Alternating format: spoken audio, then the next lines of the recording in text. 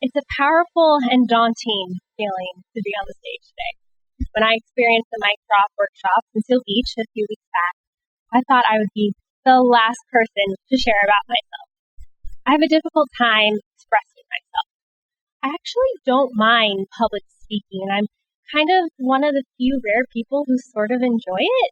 I was involved in various public speaking activities throughout high school and college, but I was always giving presentations or talking about a specific topic. I never dared to share about myself. I hadn't found my voice. I am a people pleaser. Can I see a raise of hands? Anyone else here? People pleaser, right? Yeah, a lot of us. But I didn't realize that it was something that was consuming me and taking over everything I was doing. It recently hit me when I read an article about the top 10 signs that you're a people pleaser. Now, I'm only going to reference the top 2 that resonated with me the most. 1, you can't say no. And 2, sometimes the simplest of tasks seem like a burden. I never say no. Certainly not to work, to coworkers or family or friends. I want to be able to do everything.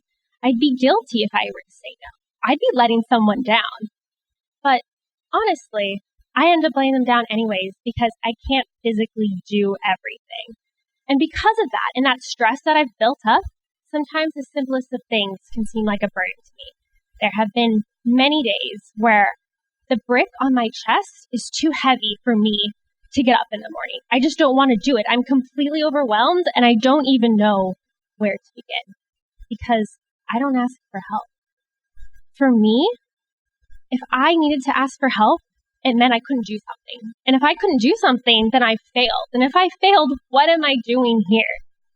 But what I'm learning is that knowing your weakness and coming to terms with it is actually a sign of strength. And being open and honest about your vulnerabilities allows others to be open and honest with you. Now, this all sort of started to unravel a couple of months ago. I let my work completely consume me, pile up.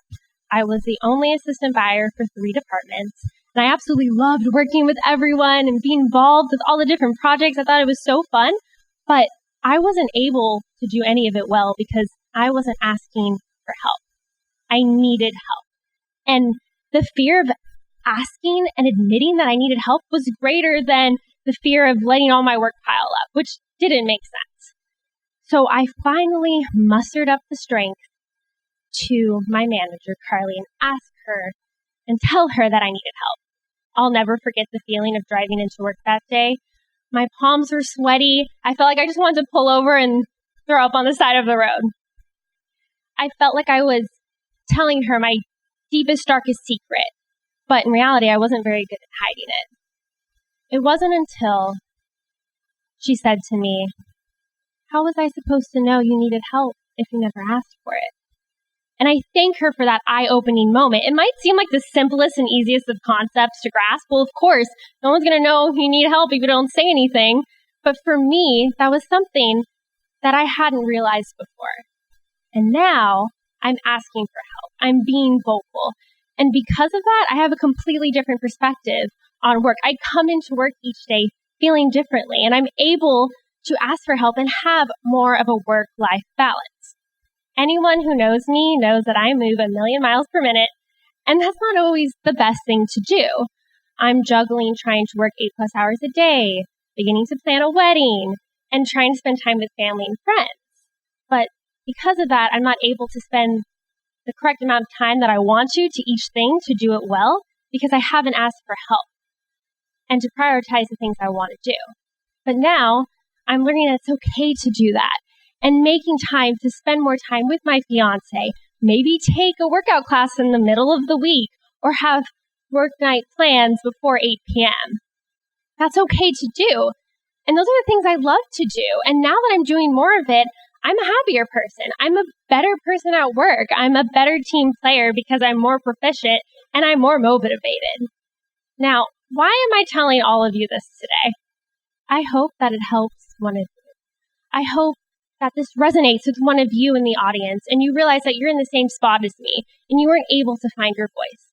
I was creating this big monster in my head that was taking over. That was this crazy irrational fear. That was much worse than speaking up. This isn't just about finding your voice. It's about building your strength and knowing your self-worth. These were all things that I was lacking, but now I'm learning how to achieve them in my self-discovery. Thank you. Wow.